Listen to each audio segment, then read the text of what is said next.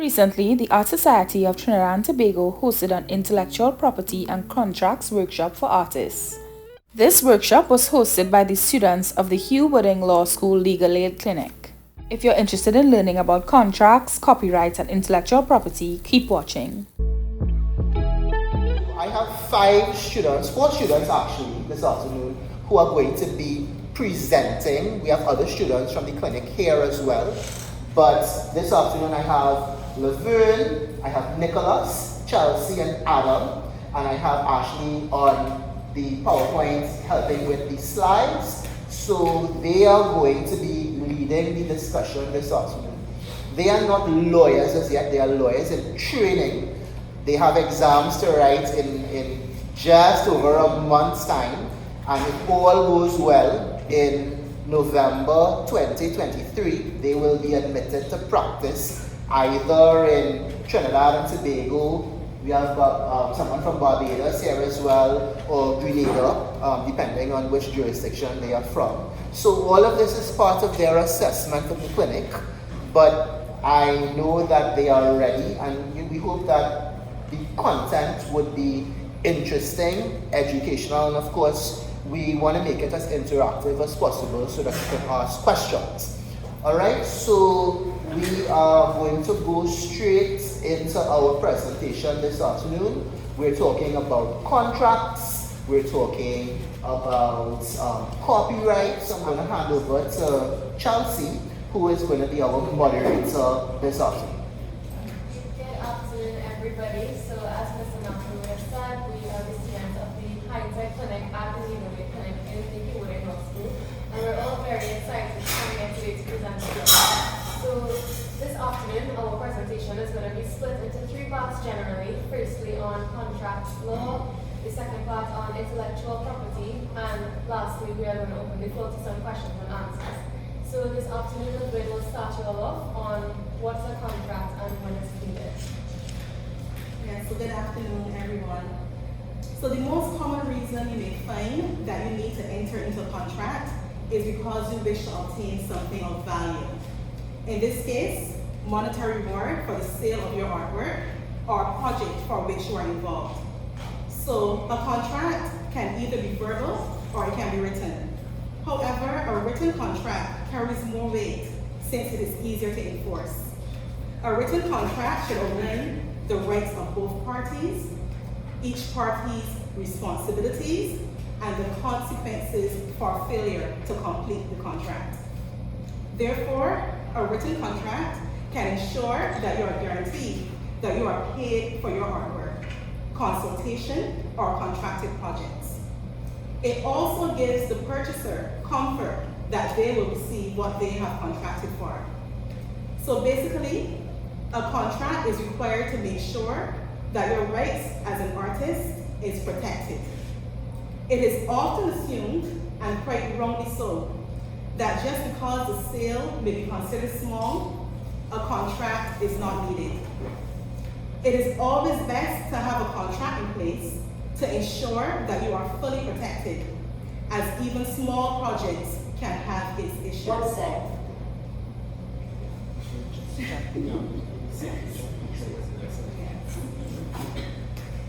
So I just want to get back in terms of the meaning of a contract, and basically,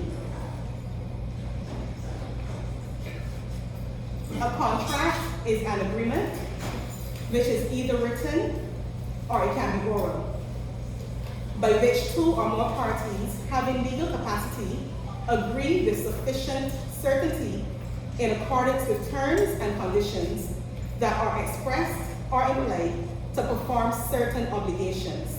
And this could either be for a benefit or for a detriment. And this is not contrary to law or public policy. And just to put it a little bit more simply, it's basically an agreement between two parties that creates an obligation to perform or not to perform something or a particular duty. Are you on your right side? You're on the right side.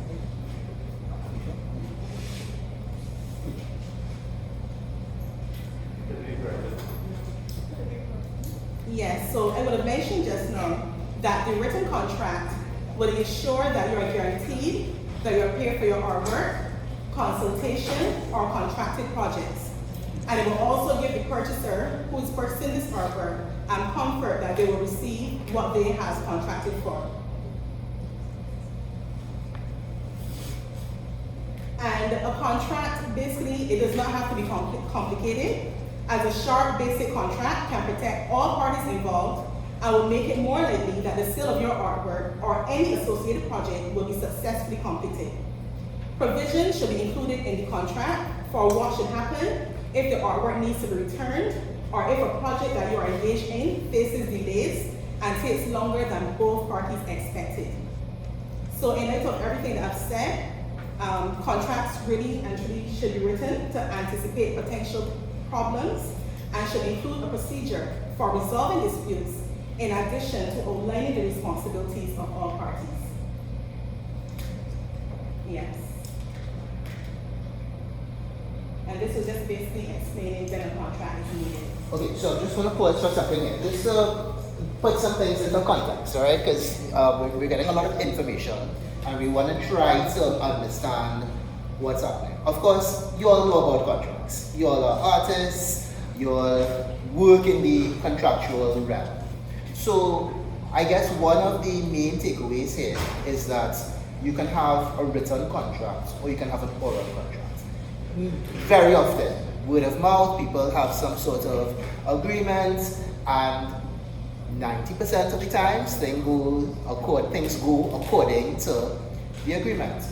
But unfortunately, when a dispute arises, you realize that he say and she say doesn't really help. Alright, so that's why we always encourage that you should try to have some sort of written contract in place. All right. There are certain things that you generally will need to include in your written contract. We'll go through some of those things in a little while. But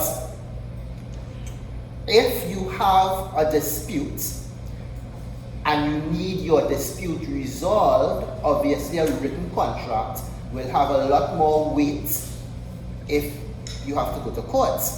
Alright? So that's just something to bear in mind as we move on. Alright, so you can continue. Yeah, so basically, just to summarize what I would have said before in terms of when a contract is needed, they're basically for legal protection in commercial agreements, just to make sure that what you would have said in the particular contract you have delivered, and for in terms of compensation, that is also what you will receive. That is just an example if it's a commercial agreement, project, or anything that you're working on. It also protects the rights of the parties, as I would have mentioned earlier, and it clearly states the obligations of either party. And that is one of the advantages of having a written contract, because you can see very clearly what obligations were on both parties, and if something goes wrong, how it can be resolved.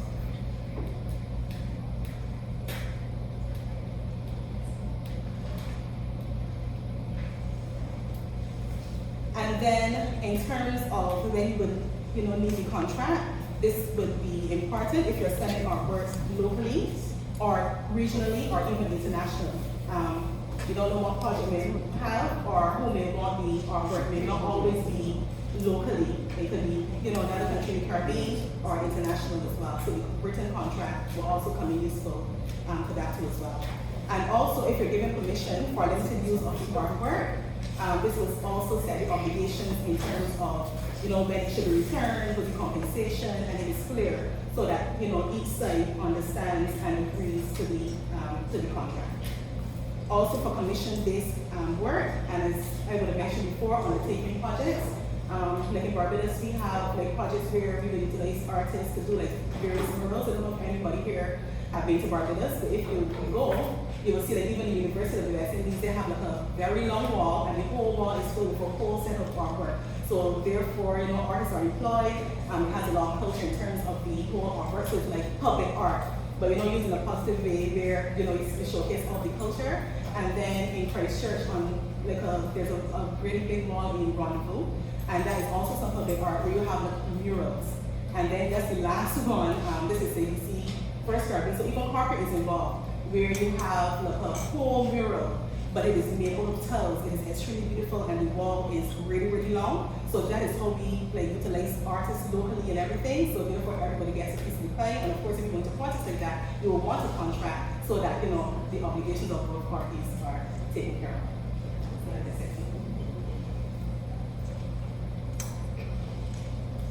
Right, so next I'll be taking you all through some basic elements to create a valid and enforceable contract. So, right, there are 4 very important elements that you will need to have when you are creating your contracts. And that is the offer, and acceptance, consideration, and intention to create legal relations. So I'll go through each one briefly for you. So before we continue, if you don't have these 4 things in your contract, it's not a contract. It's not valid, it's not enforceable. So even if you have an oral arrangement or if you have a written contract, you want to make sure each of these 4 elements are covered in a basic contract. So when you are thinking about any type of arrangements, you want to make sure you cover your bases, and these 4 elements are always in your contract. Unfortunately, I cannot do that. So this is the best that we could do. Alright, so an offer is an expression of willingness to contract on specific terms, made with the intention that it will be binding on the person making it as soon as it is accepted. So that person making the offer must intend to be bound without any further negotiation. And the offer must be clear, complete, and final, and it must be communicated clearly. So with regard to acceptance, this is a final and unqualified expression of acceptance to the terms of an offer. So acceptance must be unequivocal. That is, the language used must be such that it can convey to a reasonable person in the position a clear and definite decision to be bound by the terms of the offer, leaving nothing to be negotiated. So acceptance could be done by either post, by telegram, by email, by fax, telephone, video conference, social media, or even conduct. And next we have consideration. So a major development in contract law was the concept of consideration, which had its origin in the desire to develop a legal basis for differentiating between promises which would be legally enforceable from those which were not. And the law stipulated that promises supported by consideration would be legally enforceable. So a significant aspect of consideration is what amounts to good consideration. And the basis for consideration is the notion of a bargain that allows what may be a mere moral obligation to be transferred to a legal agreement capable of enforcement. So consideration is something moving from the promisee, which is either to a detriment or to a benefit to the promiser. So while consideration must be sufficient, it doesn't have to be adequate. And it is also noteworthy that consideration for an act in the present that is based on something in the past is not considered as good consideration, unless at the time of that promise, the act was done at the promiser's request, and the parties understood that that act was meant to be remunerated at a later date. So offer. I am selling you something, I am contracting with you something, my painting, my services to paint something, my photography, that is what is on offer. Acceptance, you accept. So of course, by virtue of the written document, you're covering offer, you're covering acceptance. Consideration, money. What is the consideration? What is the price? What are the terms? Is it that I'm going to pay you a fixed price when you're done? Is it that I'm going to pay you a deposit first and then the balance upon completion? Are we going to have payments in installments over time? That is the consideration. If I digress to when we're selling property, we're selling land, sometimes people give property to their children, all right? That happens all the time, a deed of gift. The consideration there is not money, it's natural love and affection. So your consideration doesn't have to be financial. The consideration could be something else, but there must be something. You're offering something, somebody's accepting it, and there must be some consideration. Usually it's money. It doesn't have to be money, but usually it's money. And how the money is divested, of course, will come in terms of the terms of the contract, but that's what we mean when we talk about consideration. So it's a lot of big words, and we're trying to give you the legal perspective on it, but I just want to break it down into brass tacks as well, so that we understand what we're talking about. Because these are the elements that we must have in our contract in order for it to be valid or enforceable. Right? So now we go to intention to create legal relations. So an agreement is not binding as a contract if it was made without any intention to create any legal relations. So if you are creating a commercial agreement, there is a rebuttable presumption that the parties had intended to create those legal relations and to essentially conclude a contract. So the establishment of that intention to create legal relations will be determined by the court on the basis of the facts, and it could be established as well by some evidence. So the burden of rebutting that presumption in commercial agreements lies on the party who is seeking to deny the contract. And it is common practice in commercial transactions that businesses who are engaging in negotiations will often exchange detailed drafts of the proposed agreement so it can be reviewed. And these may be marked as subject to contract or a letter of intent. And when parties are exchanging these letters of intent or agreements subject to contract, before the preparation of a formal contract, the court will be required to examine all these documents and oral evidence very carefully to determine whether there actually existed a real intention between the parties to create legal intentions. In domestic agreements, on the other hand, there is a rebuttable presumption that parties do not have intention to create legal relations. In agreement. So let's just pause for a second, alright? So, this thing sounds very complicated, intentional to create legal relations. So let's forget about a written contract. Let's come to an oral contract example. I want you to paint a portrait of me. We have a conversation. I want you to do this thing for me. I'm not really sure when I want it. I don't know if I want you to do a watercolor, if I want you to do acrylic. Maybe we'll do it this month, but I really want it for the end of the year. We have a conversation. If you now go and paint it, and you go and do your thing, is that binding? Right. So a court will say there is no intention to create legal relations, because we might have spoken about, so you could do it, okay, offer an acceptance. How much you will charge me for that? We might have the consideration, but we're not yet at a proper and full contract as yet, because there is no intention to create legal relations. This might sound ridiculous, but these things happen all the time.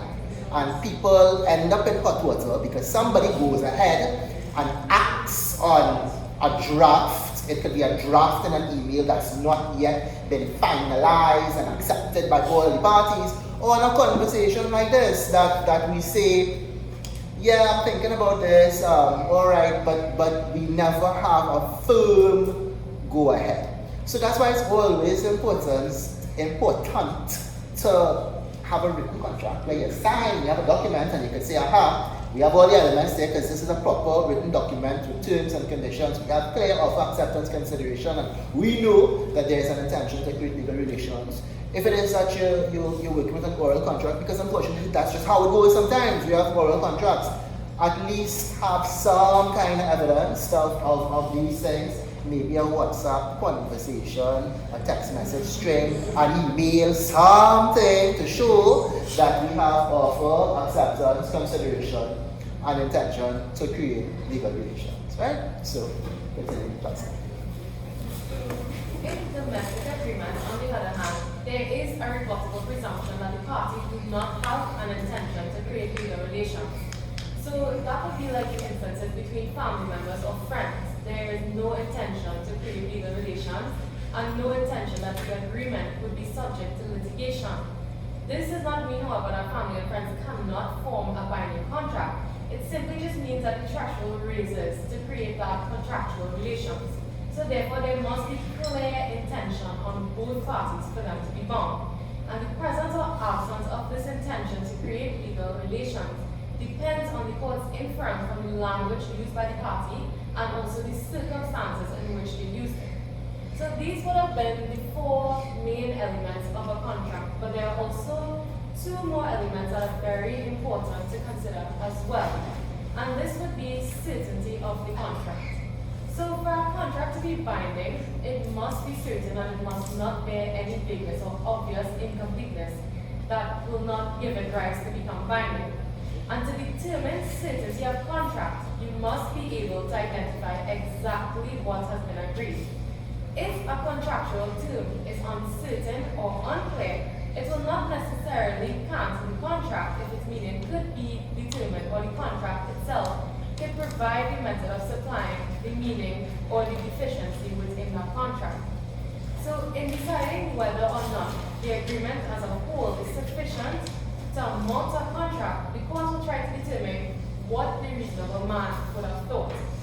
So additionally, if the parties to a contract have not agreed on some essential term of the contract, if they provided an effective machinery to ascertain certain requirements of a contract, the court will be reluctant to provide it because the court does not like to make contracts or supply a contract of fundamental terms which the parties would have obviously not addressed or agreed to. Another thing that you should also be very cautious of when drafting your contracts are the terms itself within the contract. So contracts may be wholly in writing, partly in writing, or partly oral, or wholly oral, and the terms may be expressed or implied, but regardless of its form, for a contract to be valid and legally enforceable, it must contain all the essential terms necessary for the particular contract to be workable. And these terms can either be expressed or implied. And this is extremely important to your contract as this is essentially what it is you are agreeing upon at the end of the day. All conditions, warranties, exemption clauses should also be considered very carefully here when you are drafting your contract. Slide, please. Okay, so you're the what's under the code, right? That's the last place you want to be. So the key takeaway is be very careful when you are drafting. Yes, Google is our friend and we can find all sorts of templates and so on online, but not everything is going to be relevant to us in Trinidad and Tobago or necessarily to your particular circumstances. I train lawyers, so of course I will say, get legal advice. You might think it's expensive, but sometimes very basic advice in terms of how to draft a contract is not going to cost you an arm or a leg. But at least you should know that there are certain key things that you must have in your contract in terms of your terms. One, for example, is termination. How would the contract be terminated? If, for example, I was some of the contracts we're talking about may not necessarily just be for commissioning of artwork. I mean, that's very simplistic, all right? But maybe you might have employees, people who are working with you, assistants and so on, while you're doing your art or your photography or any other type of creative endeavor. There might be certain obligations of your employees. You might want to consider things like dishonesty. What would happen if someone were caught stealing, if somebody's dealing with money and so on? What are the hours that you're expected to work? A proper scope of what you're supposed to do. That should be in your contract, a proper scope of works. So the scope of works would relate to what an employee is required to do, what exactly you are painting or capturing via photography or sculpting. All of that is the terms of work, what medium you're using, what type of paint you expect to use, etc. All right, so termination would be an important term of your contract. Of course, you need to know exactly the scope of work, so your scope of works would need to be included there as well. What will to happen if there is a dispute with the contract? Is it that you're automatically going to go to court? You're automatically going to go by a lawyer? Or is it that you're going to try to build into your contract? Let's try to see if we could resolve this through some sort of mediation or an avenue like that. That might be something that you put into your contract. So these are all essential terms that you would want to have in your contract. So before we continue, I realize that some people seem to be itching to ask some questions. So do we have any questions as yet? Wendy, I see you look like you have some questions.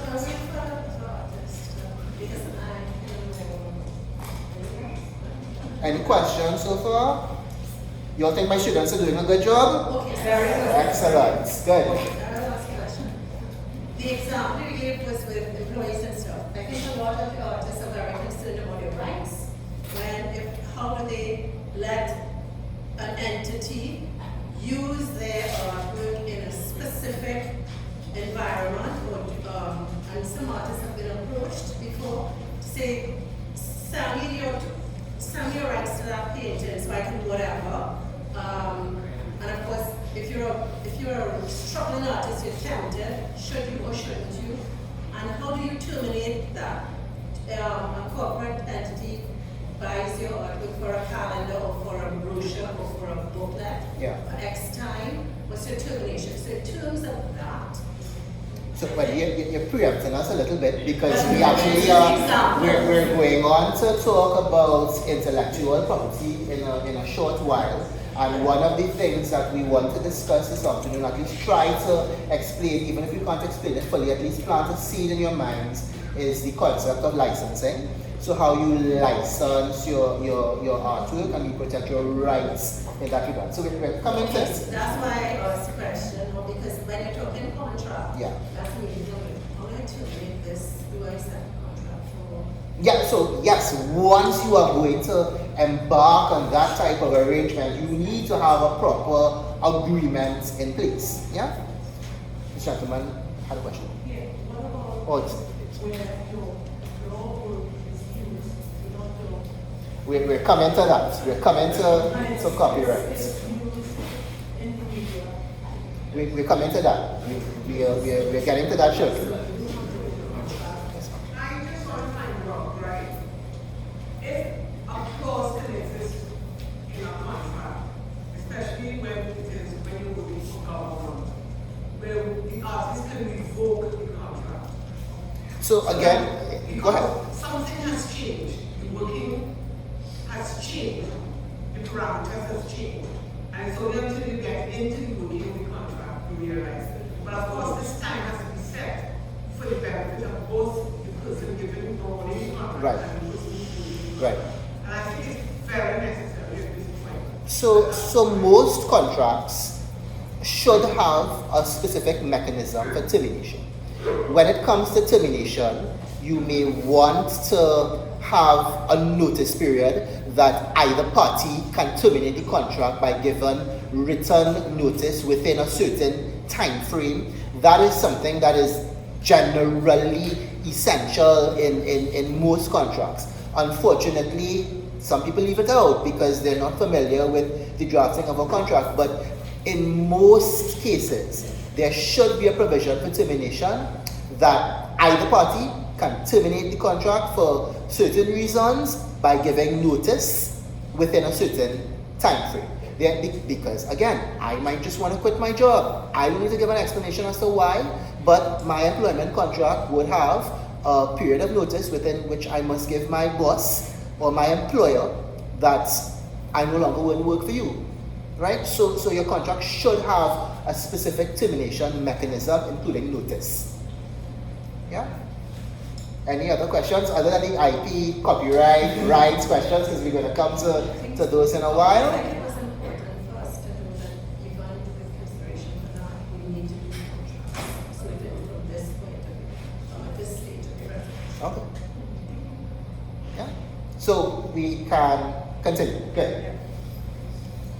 Right, so y'all were very earlier would have mentioned the term offer as being an element, but there's also something called invitation to treat, which is comparable to offer as well. So where a party is invited to make an offer, this is commonly known as an invitation to treat. As opposed to an offer, an invitation to treat is not made with the intention that it is to become binding as soon as the person to whom it is addressed simply communicates his agreement with the terms. So although it is not always easy to differentiate between the two, the court will have to determine whether the statement was an offer or an invitation to treat, primarily based on the intention with which it was made. So it follows from the nature of an offer that a statement is not an offer if it in terms isn't what the contract's maker intentions were. So we will now move on to the next portion, which is on digital contracts. So now that we've established what is required to have a valid contract, it is important to consider how to conduct contractually between businesses digitally. So next slide, what is a digital contract? This is an electronic or digital contract is an agreement formulated online, and the parties interact with one another in a digital format rather than in person or over the phone. So why would it be necessary to utilize digital contracts? So for situations where you are conducting business with regional or international clients, it becomes necessary here, where it is impractical to sign the contract in person for overall efficiency, for ease in negotiations, and even for e-contract apps. These may provide contract templates for your use, which may be useful where one person maybe cannot afford to hire a lawyer to draft for them. So the big question, are digital contracts valid? So in Trinidad and Tobago, this is governed by the Electronic Transactions Act. And it addresses these things here, the legal recognition, the electronic signatures, electronic contracts, and electronic contracts as evidence. So just briefly, to go into what the Act has said. So Section 8 of the Act says that information or a record in electronic form or data message shall not be denied legal effect, admissibility, or enforceability solely on the grounds that it is rendered or made available in electronic form. So essentially, this is just the law acknowledging that digital contracts are in fact enforceable and valid. Further, you go on to see Further, a copy of data message containing an electronic signature shall be used as valid, enforceable, and effective as a document record or other communication containing non-electronic signatures. The Act also says that where a written law requires the signature of a person, that requirement is met in relation to an electronic record or data message by the use of an electronic signature that meets the minimum standards of reliability and integrity or conforms with the standard with which the parties have agreed to by contract. And further, the Act says that the criteria to be used when determining the reliability or integrity of the electronic signature would be the authentication technology that uniquely links the user to the signature, that the signature is also capable of being identified by the user, that the signature is created using means that can be maintained under the sole control of the user, that the signature will be linked to the information to which it relates in any such manner that any change in the information is detectable, and lastly, such that other criteria as may be prescribed by the regulations. Further, where it pertains to electronic contracts, the Act also says that the fact that a transaction is conducted in electronic form or that it is a record of negotiation or formation of a contract is in an electronic form does not affect its legal effect, validity, or enforceability. Moreover, electronic contracts as evidence, the Act goes on to say that information or record in electronic form or data message will not be deemed inadmissible as evidence solely on the ground that it is on electronic form or on the ground that it is not the original non-electronic form if it is the best evidence. Alright, so this is important, and you might want to know why I'm talking about this. It sounds so basic. But we have in the Caribbean, not just in Trinidad and Tobago, preoccupation with paper. All right, and a lot of things, of course, that we didn't think possible suddenly became possible in 2020 and in 2021 and in part of 2022 when there was a shutdown of government offices and government departments. Even the courts did not accept electronic filing of documents up to that time. There are still government agencies that don't, and for very good reason. So you have to find the balance when it comes to contract, because you see, you're opening the avenue now to fraud. Because once you have a computer, anybody can manipulate a signature and say you sign it and produce something that looks like it is your signature. So that's why all the points that Chelsea just mentioned in terms of being able to prove that you are the one that affixed this electronic signature to a document are actually quite important, because you can imagine what would happen if someone produced a contract with your signature that you never signed and now is trying to bind you to the terms and conditions of the contract, and these things do actually happen. So we need to find the balance between convenience but also protecting ourselves against fraud, because fraud is real and it's thriving in Trinidad and Tobago in terms of all types of transactions. Right? So you may be wondering, how do people go about the process of getting a digital contract? So many people use software such as Microsoft Word to create the contract, and they use emails to communicate the contract itself, and they make the amendments back and forth. And this may be very easy for most people to navigate.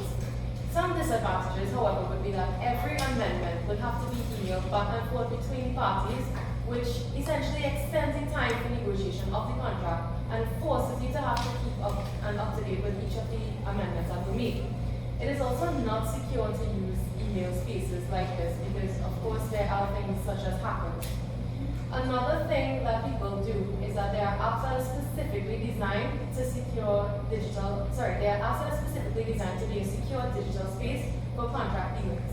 And these spaces allow for contracts to be edited instantaneously and update the other parties when these amendments are made. So the advantages of these are that the apps are very secure and they reduce the negotiation time, as editing and receiving edits are instantaneous. However, the disadvantage is that they may be quite a bit of a learning curve to get used to. Another thing that you should be conscious of is how to affix your signature to a digital contract, which a few of you may be wondering about. So you could print the contract, physically sign it, and scan and upload the signed version, or you could create an e-signature and digitally affix it to the appropriate spot in your contract. So how exactly do you do this? You can either use some facilities that were built into the apps. For example, in the settings of Microsoft Word, you can go into Manage Profile and select the signature tab. And this allows you to create a signature that is readily available to be placed in your document when you create your contracts. Another software that you can also use is Adobe Acrobat, which has features that allow you to create a signature and insert it within the document itself as a PDF. You could also use an online signature creator. These websites require that you use a mouse or a stylus to draw your signature on, and then the signature is then created as a PNG file which has a transparent background. And when you download it from the site, you can attach it onto your documents. Or you can go the old school way of writing your signature on a blank piece of paper, scanning it, and saving it for your future use. Next on the presentation. Does a digital contract require anything different from a written contract? So a digital contract should include all the clauses of a written contract. However, it may be prudent to input a clause that states that the method of signing a contract is electronic. So for example, actually if you go to the next slide, you may see here on the slide, we may have a clause something like this. Each party agrees that this agreement and other documents to be delivered in connection herewith may be electronically signed and that any electronic signatures appearing on this agreement or any other such documents are the same as handwritten signatures for the purpose of validity, enforceability, and admissibility. So this is a clause that can go into your contract to highlight that this was within it. Next. So some things that you should remember. One, the contract should be perused carefully. Two, the contract should not contradict itself. Three, specify the extent of the use of the artwork. Four, bear the signatures of all parties. And five, be in possession of all parties involved. And just in terms of full, sometimes you would see in some agreements as well, not just the signature of the parties to the contract, but there might be provision for the signature of a witness, somebody who's there when both parties sign. So it's neither right nor wrong to have it. If you have it, great. If you don't have it, it doesn't void the contract. It's not essential, but it might be helpful if you had a witness. If there was a dispute, who could say I was there when the contract was signed, and these people really agreed with this. Yeah. So Nicholas will now take you all on to the second portion of the presentation.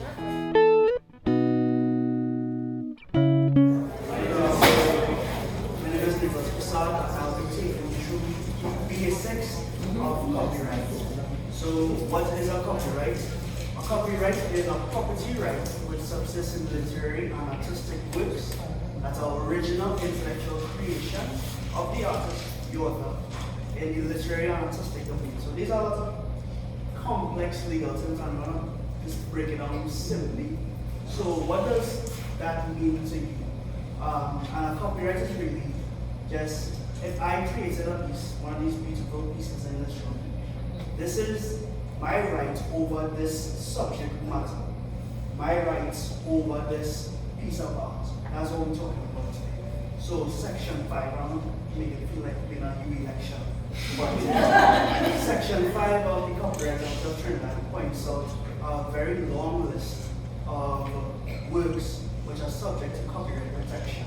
So some of the examples applicable to you, the artists, would be drawings, sculptures, paintings, photographs, musical works, dramatic works. So works will be protected by the mere fact of their creation. Once this work has been created, it is capable of being protected by copyright. What is not going to be protected by copyright is the idea. So one, again, any of these paintings, say that's one of them. If my idea is to have a person playing carnival, someone playing steel pan, the Scarlet Tigers, the Turtles, if I have the idea to arrange that painting in certain colors in a certain medium, frame it a certain way, that is not going to be subject to copyright protection.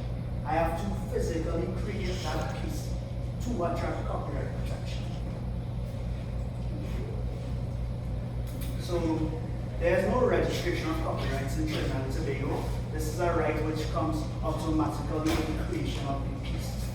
So I know you don't want to give any more money to the government of Trinidad and Tobago. So you have no fees to pay, you have no forms to fill out. There's no process which you must fulfill in order to get copyright protection. And it's important that we understand that because in the United States, you register. In Trinidad and Tobago, in Commonwealth jurisdiction, UK, anywhere in Commonwealth, Caribbean, Hong Kong, Singapore, there is no registration. It exists simply by virtue of creation. So again, you see, Google is your friend. You go online and you hear about registering your copyright. That only applies to America, does not apply to us. Well, we'll come to that. Those things could be helpful when it comes to creating evidence, right?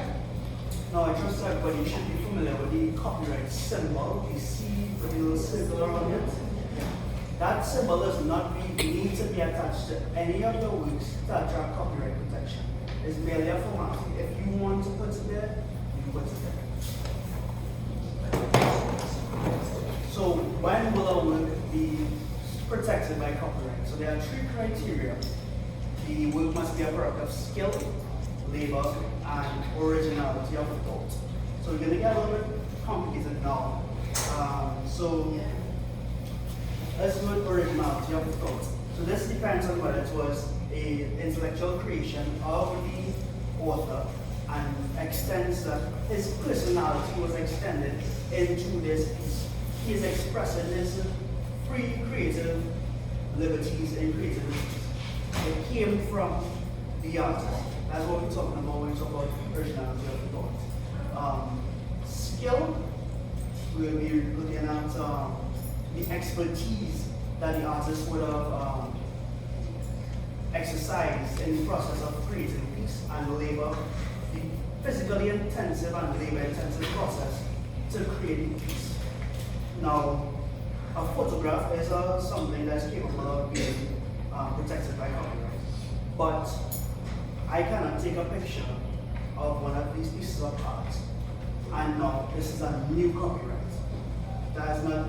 That may be skill, it may be labor, but it wasn't original. Even if I edit that picture, or I put the light in a certain way, I frame it a certain way, because the subject matter is that painting, is not a new piece of copyright. The copyright is still vested in the person who created that painting. Just one thing I want to talk about before we change the slide is something called the de minimis principle. So this is where the de minimis principle. This is a fancy word for saying when something is too simple, it's not going to be subject to copyright protection. So you can't draw a line and then say it's copyright. If I write the letter A and then I draw a box around it and then I frame it, that's not going to be copyright protection because a sufficient degree of skill and labor wasn't put into this to make it warrant copyright protection.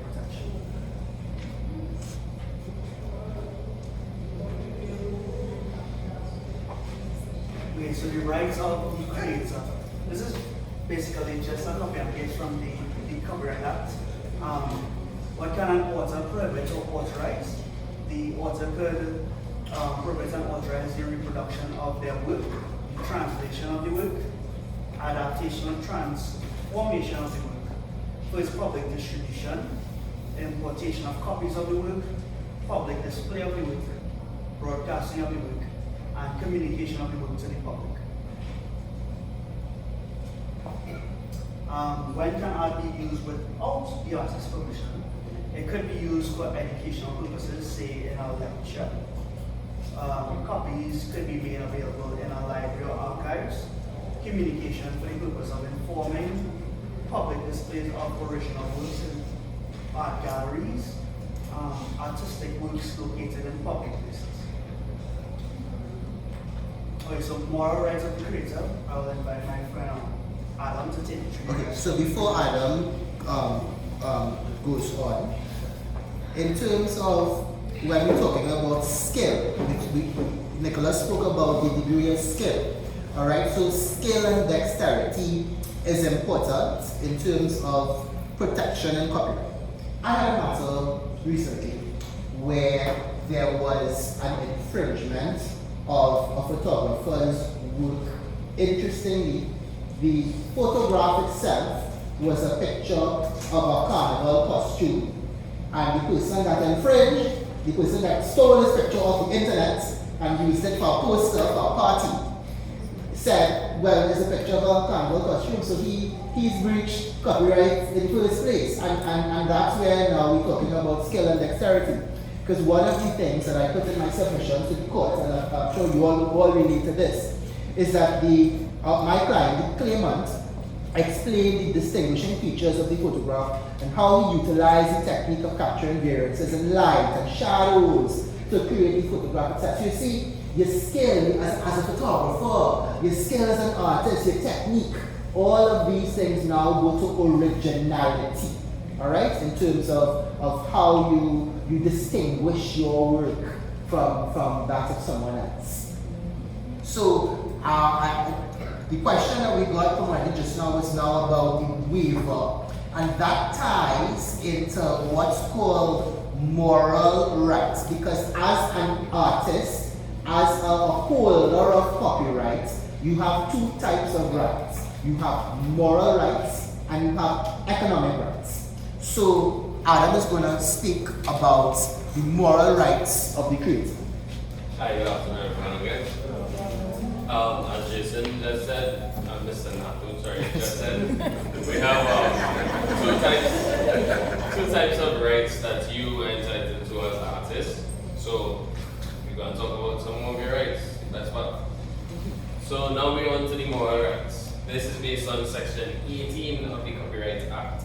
As you can see, this section states, independently of his copyright, and even when he is no longer the owner of the copyright, the author of the work shall have the right to have or not have his or her name indicated on the works and in connection with the public use of the work, to use a pseudonym, to object to any distortion of the work or any derogatory use of the work. This section, same section 18, also allows the creator or the artist to waive his rights. So we go on to how to waive your moral rights. This waiver must be done in writing. It must also specify the rights that you as the creator want to be waived. Where any modifications or distortions is being made to the work, it should specify the nature and extent of the modifications or the other actions in respect of which the right is waived. And lastly, upon the death of the creator, it must declare the person to whom the moral rights will devolve to. And onto a very important question to you as the artist, how long do these protections last? Well, this is dependent on whether it's individual work, whether it's joint authorship of creative work, or whether it's collective work.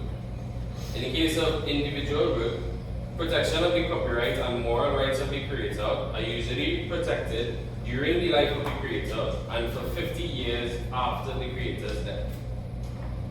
Whether it's joint authorship of creative work, the rights shall be protected during the life of the last surviving author and for 50 years after this last surviving author's death. In the case of collective work, it is 75 years from the date on which the work was first published, or 75 years from the date on which the work was first made available to the public if the work has not been published before 25 years after its making, or lastly, 100 years from the making of the work if the work had neither been made available to the public nor published before 25 years after its making. Could you repeat that? So, yeah, so again, the length of time for your protection depends on which of these three scenarios you fall into, right? So firstly, to make it simple, in the case of individual work, if you were to create a piece of artwork today, that's not the fancy A that Nicholas just drew. If you were to create one of these paintings today, then the protection would be for the entire duration of your life and 50 years after your passing as a creator. That's in terms of individual work.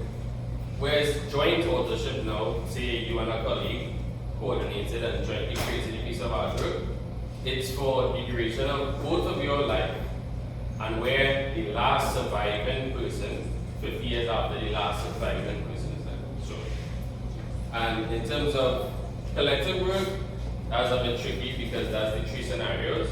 First scenario of collective work is where it was published. So when you create work that was published, you have the protection for 75 years from the date of which it was published. Where it was not published before 25 years after its making, so you make it today and within 25 years from today it has not been published, but it was made available to the public after that date, you have the rights protection for 75 years from that date. And in the last situation is where it had not been published and it had not been made available to the public even after the 25-year period. In that case, you have the protection for 100 years. And we understand published in this scenario means the traditional example of what published, the traditional definition of published, or it could mean posting on Facebook, it could mean broadcast on television, all of those are publishing. All right, once it's made available to the public in permanent form, it's published. All right? I want to go back a little bit because I want to put the question about the waiver into context. Did we have slide? Right. Okay. So, as an artist, you have two types of rights. You have moral rights and you have economic rights. Your economic rights are that you're free to sell or trade your work in any manner that you deem necessary, and of course to profit for that. So I buy a painting here, that's my painting. I pay a sum of money for that painting, and you part with your economic rights because now it's mine. Alright? The physical painting itself, it's mine. I put it up in my house or in my office and it belongs to me. Your moral rights, however, you always have the right to be attributed as the author, artist. Well, it's called the author, right? Once you deal with copyright, the word is author, even though you might be dealing with painting or photography, you're the author. You always have the right to be attributed, and your work should not be perverted in any way. Your work must remain authentic. All right, so nobody can interfere with that work. I mean, there are always exceptions, everything in law. All right, that's how the law works. You know, you have things like parody and so on. That would be an obvious exception. But generally, those are your moral rights. So in most cases, you don't part with your moral rights. You always retain your moral rights. But of course, your economic rights, because you're in the business of buying and, well, you're in the business of selling your skill. All right, that's what we do as artists. You can, however, waive your moral rights and also transmit them to a third party by way of a contract. So in the case of the gallery, where that scenario came up in the past, where the corporate entities wanted to use the photographs in the backdrop and we did a waiver, that's fine because that's a valid contract where the rights may have been waived, but for that specific scenario. So again, a contract, coming back to contracts, could be as detailed or as vague, depending on the circumstances. So if it is just for your corporate entity to use it in their brochure, their annual report, in a television broadcast, and they have their executives here and they're taking pictures and so on, perhaps a waiver can cover it solely for that. Or you can have a blanket waiver, depending on your circumstances. Because there may be cases where you want to give a blanket waiver. I would always remember there was money talks in this country. I remember working on a matter once where a very popular soca artist used someone's work, infringed on someone's work, and they wanted to bring an action, and they hired a lawyer to take the soca artist to court. But the soca artist had very deep pockets and was able to negotiate buying the moral rights and the economic rights so that they owned the entire product. And it was a win-win situation for everybody because, I suppose the artist was happy with the remuneration that he or she got. Alright, so that's just a brief explanation on the moral rights versus the economic rights. And of course, in terms of the protection, generally, life of the author and 50 years. Or life of the authors and 50 years, depending on who's the last surviving, or 75 years, depending on the circumstances that we see here. Right? Yes? So remember, we're coming to the licenses shortly. Okay, when you have a collaborative with just joint ownership, the rights stay with the surviving party, or is the join myself and I, my rights can go to myself, whoever I send in my death, sign it over to Android, or does she get all the rights? It would, so when you say right, so okay, so there are circumstances in which the estate would normally benefit, but it would normally be just for that period of the 50 years, right, as the case would be. So if you have two persons in an arrangement, it's the last surviving, the copyright exists 50 years after the death of the last surviving person. But that doesn't mean that the other party doesn't extinguishes their right. Their estate retains the right until 50 years after the death of the surviving person. Of course, there could be an exception to that. And let me see if you all can guess what is the exception. If there is a contract varying that general status quo situation between the partners, between the people, maybe the contract will state that, well, upon my death, my estate benefits nothing, it goes all to you, all right? You may have an agreement like that. Could happen. Yes? I think question one is that could I, before I die, could I have in my will, say I give the rights to my son or my daughter or my wife, the rights of my heart. Well, the estate, so the estate rights, yes, you could will those estate rights, but they would only be valid for 50 years. But that's the copyright one on it, right? Yes. Second thing is, which is practical to all of us here, I walk into the National Museum or gallery and it says no photographs, but I still take the photograph of the artwork inside the gallery. Is that a breach of... Well, it depends on what you use the photograph for. Oh, right, okay. And last one is that I go in and see a Casablanca there 100 years or how much years ago, more than 50 years. Could I take a photograph and use it for commercial use? No. You can't. Even though he is dead. 100. So technically the copyright is in the public domain. It's like all these books, all the Shakespeare and so on, that's freely available, etc. But I believe that there may actually, again, this is where we come back to contract, there may be contractual things protecting those works. So, you see, this is where you get a little bit technical now, because if, for example, I own a gallery and I have Casabon in my gallery, I send you a ticket so that you are able to enter my gallery, and I say you are not allowed to take photographs. Guess what that ticket is? That ticket is a contract. So by virtue of you taking a picture in my gallery of my private space that I have charged you to enter, you are now in breach of my contract, and I will take you to court so that you don't use that image in any commercial enterprise. Well, you might take a photograph and a book of somebody did on Casablanca. But are you going to get a proper picture? Is that going to be... But again, think about it. A book publisher will have certain rights. Yeah? Correct. So we're going to continue now. Okay. So now that we had the discussion on the rights of the author, now we come to what was asked earlier, I believe, on how to license these rights for the use of artworks.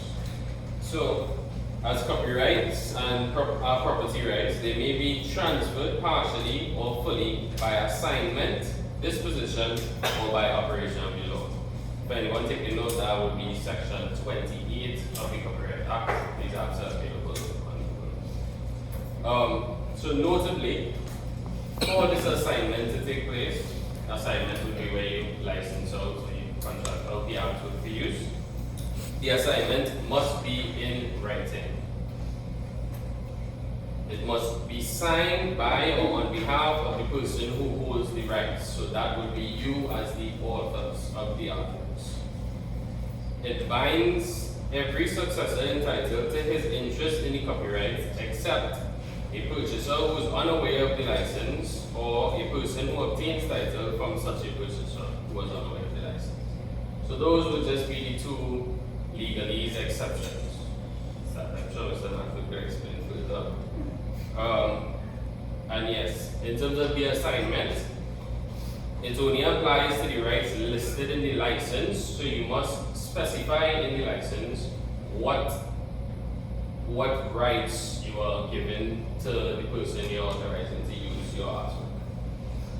An exclusive licensee has the same rights against a successor entitled who is bound by the license as he has against the person granting the license. Now we're moving on to the enforcement of copyright.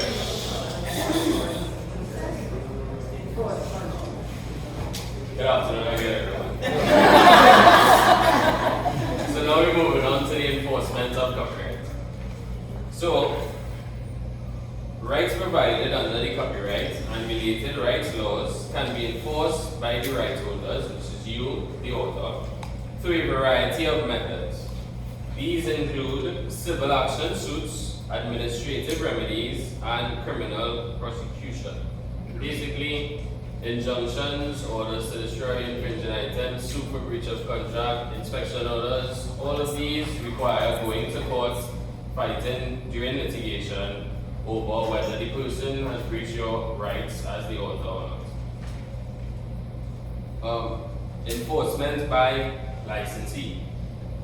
So, remember, the licensee, being the person that you have authorized to use your work, has the same rights and remedies as the owner in relation to the extent of the licensee against third parties who violate the copyright.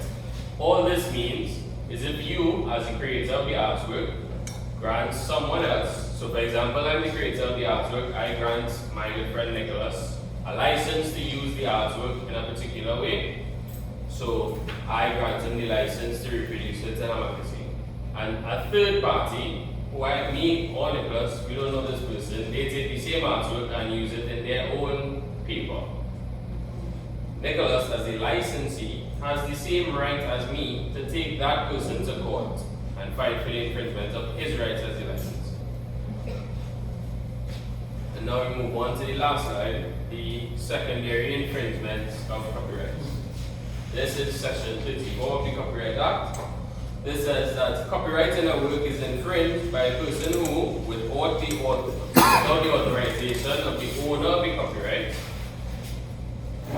possesses in the course of a business, sells or lets for hire, or offers or exposes for sale or hire, in the course of a business, exhibits in public or distributes, imports into Trinidad and Tobago, or distributes otherwise than in the course of a business to such an extent as affects prejudicially the owner of the copyright, which he knows or has reason to believe is an infringement of the copyright work.